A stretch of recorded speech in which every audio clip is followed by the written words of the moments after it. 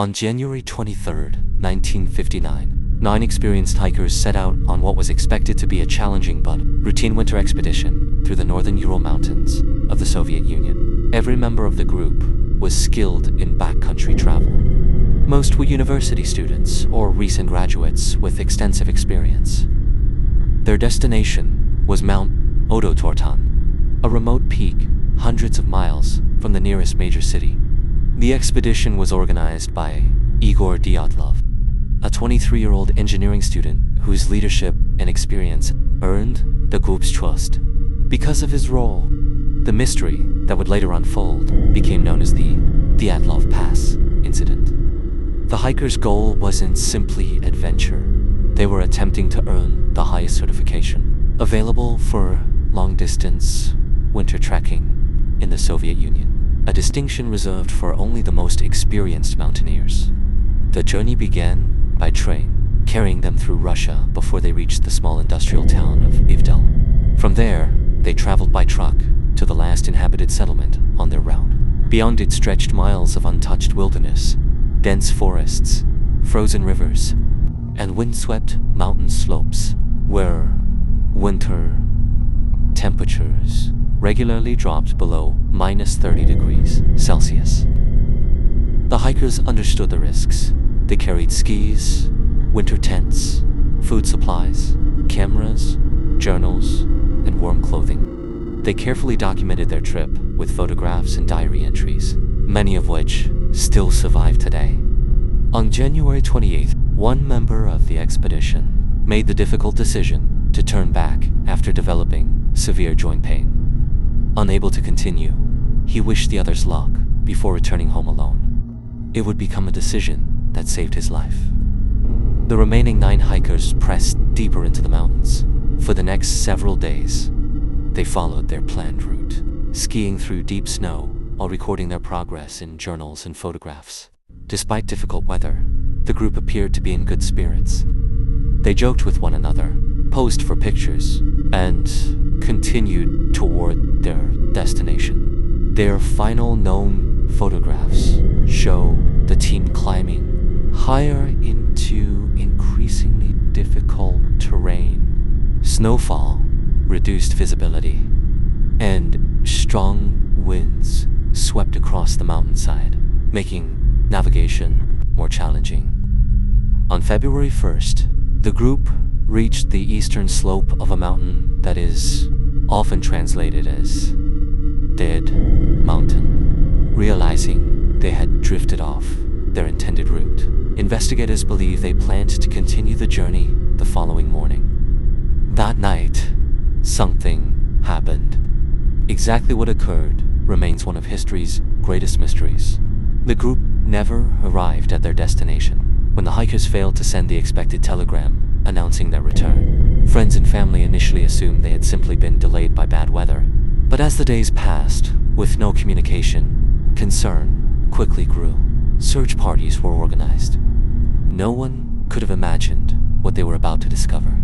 The search teams expected to find a delayed expedition. Instead, they uncovered one of the strangest crime scenes in modern history.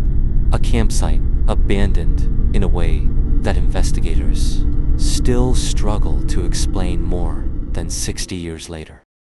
Weeks passed without any word from the hikers. At first, relatives were told not to worry. Delays were common on winter expeditions, especially in the remote Ural Mountains, where storms could slow even the most experienced travelers. But as the silence continued, concern turned into fear.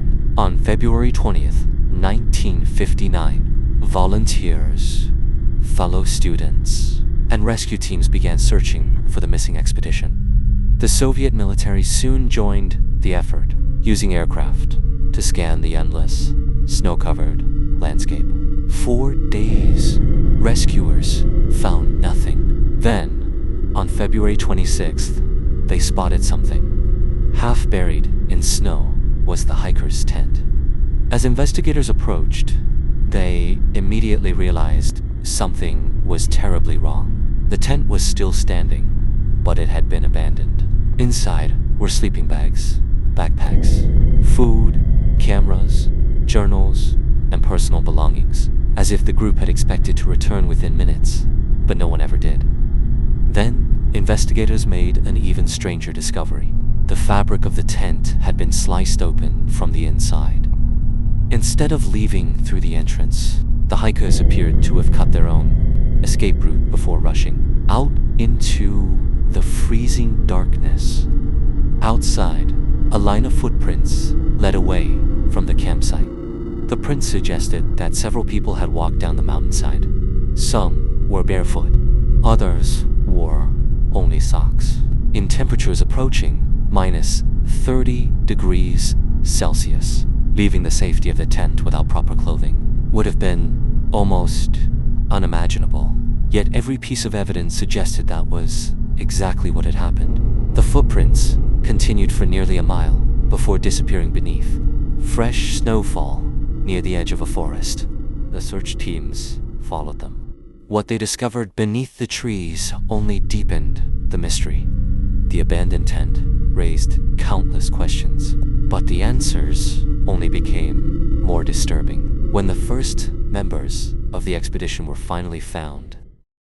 At the edge of the forest, searchers discovered the remains of a small campfire beneath a towering cedar tree. Nearby lay the first two hikers. They were dressed in only minimal clothing, despite the extreme cold. The condition of the campfire suggested they had tried desperately to keep warm. A short distance away, investigators found 3 more members of the group. Their positions suggested they had been attempting to make their way back toward the tent when they collapsed in the snow.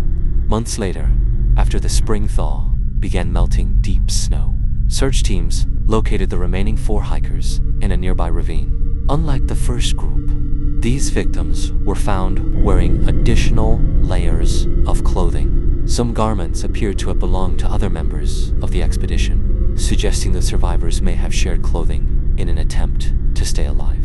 Medical examinations revealed something investigators struggled to explain. Several hikers had suffered severe internal injuries, including fractured ribs and significant chest trauma.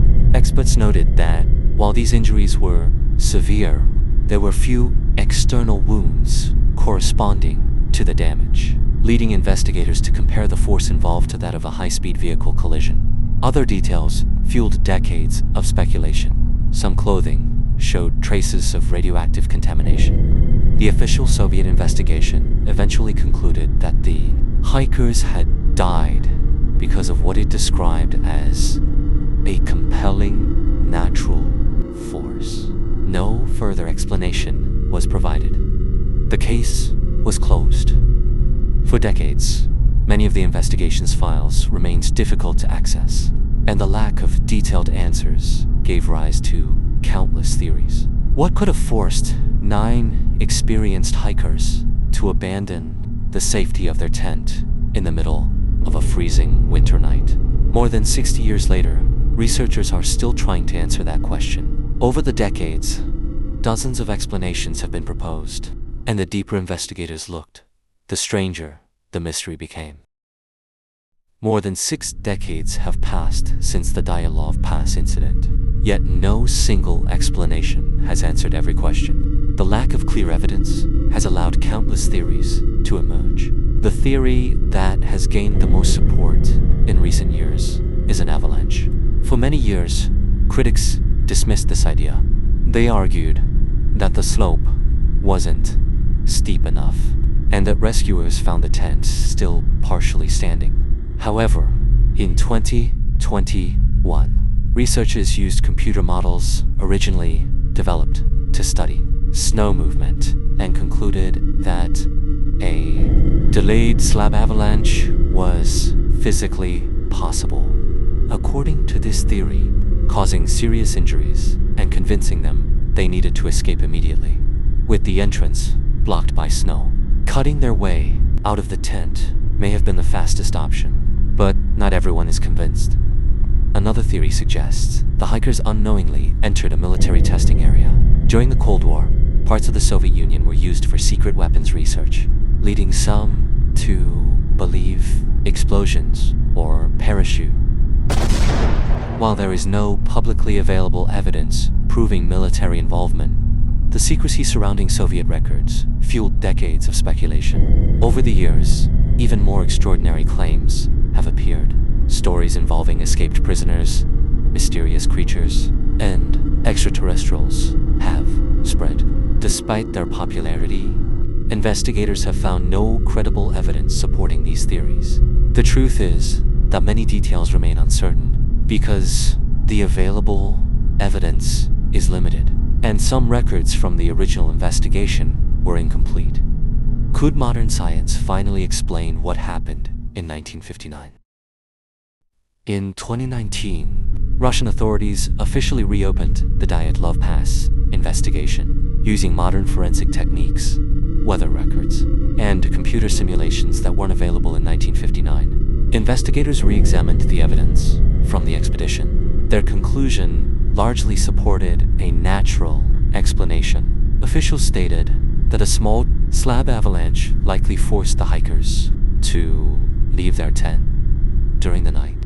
Once outside, they became separated in freezing temperatures and were unable to return before hypothermia set in. Independent researchers have also suggested that the combination of severe weather, darkness, powerful winds, and difficult terrain could explain many of the expedition's decisions. Even so, not everyone agrees.